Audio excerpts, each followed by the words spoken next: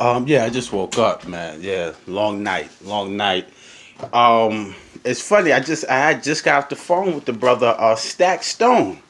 Me and the brother Karim Johnson. Arthur, brother's an expert in prison reform and things of that nature. He gave back a lot of time himself. Brother Karim Johnson. Go check him out. He's in BK. So we were speaking on the phone with the brother Stack Stone. You know, good conversation and everything. Speaking about positivity, the book and everything. Yeah. Now, all right. Let me since I'm on the brother's name, let me talk about him. Stack Stone. Yeah, I think that the brother's energy is quite different. I believe he said he was Stone. That was his organization. Some of the other brothers is 5'9" Brim and whatnot. Maybe they see things differently, right?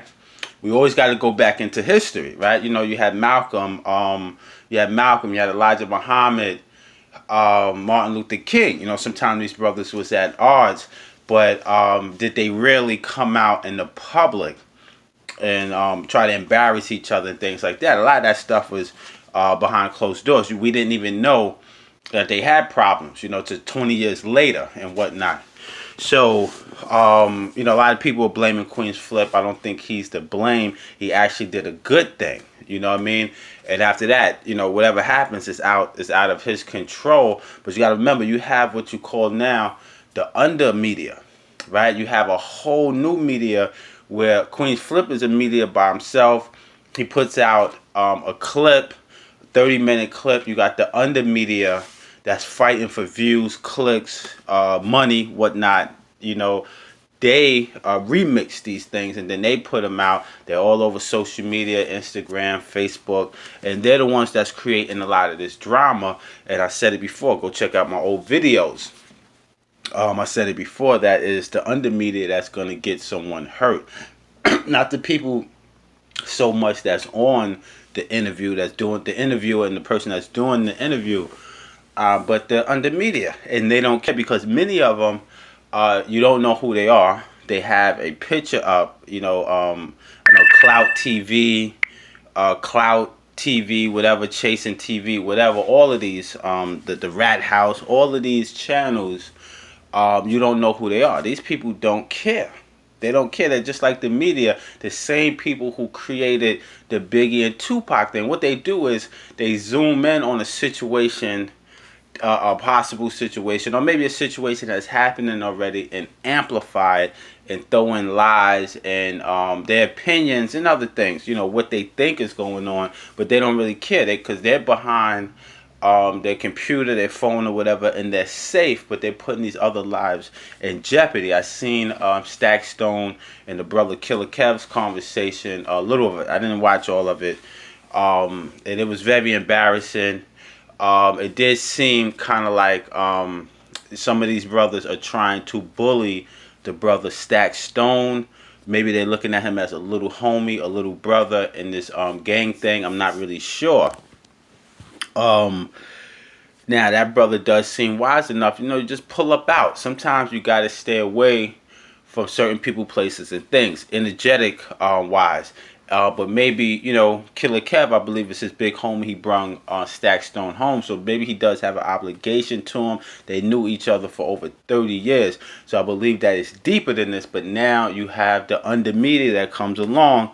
Brothers like this other brother, I don't know, they say he's in Ohio somewhere or whatever.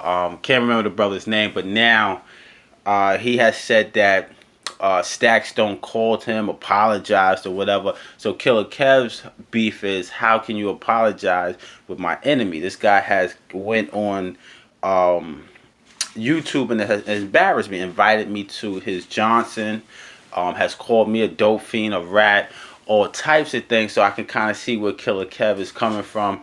I believe that Stack Stone has a different vision. You know, people, like I said, we look at things differently, right? A lot of people say, okay, this dude is a rat, but he hasn't ratted on me, so I'm not really stressing it because I don't want to create unnecessary problems for myself. This is how some people look at things. Then you have somebody say, well, listen, he ratted on someone I know, and that could have been me. And if you roll with him, then maybe you have the same type of mentality and you might try to rat me out later. So, you know, we're dealing with A lot of these brothers have been traumatized, dealing with a lot of drama in their life, to where now, as we get older, these emotions come up now. We start looking at life different. We start saying, wow, I cut that person for no reason. I did this for that. We start looking at life different the older we get, because the wiser we get. When we're younger, we haven't really developed that wisdom yet. You know what I'm saying? But as we get older, we start seeing things start to slow down as we get older. Just like when you meditate, your thoughts slow down to where you're able to catch them now. You say, wow, I can't believe I did this over that. If I had a chance to change it, I would do it all over again. So this is what's happening with a lot of the older brothers and sisters. They're not on that flow no more. Where a brother like Killa Kev, he has a reputation, and sometimes we have these reputations. We get proud, man. We get proud of these reputations, and we got to ride off these reputations and things of that nature. That's the only way I could kind of put it. Killa Kev is a funny brother. He has a lot of wisdom in his own right, because he walked this walk. And I like listening to the brother, but when I seen him and Stack Stone going at it, I was like, wow, that was kind of, embarrassing. And I think that they should patch that up as quick as possible. And just like the under media that's causing this drama, why don't some of y'all reach out and tell these brothers to squash it, to dead this, you know what I mean? And that's one thing with the black man. Everybody capitalizes off our stupidity, even ourselves, but we always come out the short receiver. You know what I'm saying? Media and crazy. Police is watching this, FBI, parole officers, the whole 9 yards. So we're giving them a lot of what they want, man. They're doing the homework for them. Y'all doing the work for them. Like I said, this one brother, they call him a rat all over YouTube, and he's going back and forth with Killa Kev. Now he's saying that Stack Stone called him, apologized, they squashed it, and I believe that the young brother is using that against Killa Kev to get under Killa Kev's skin. These brothers is wiser than that.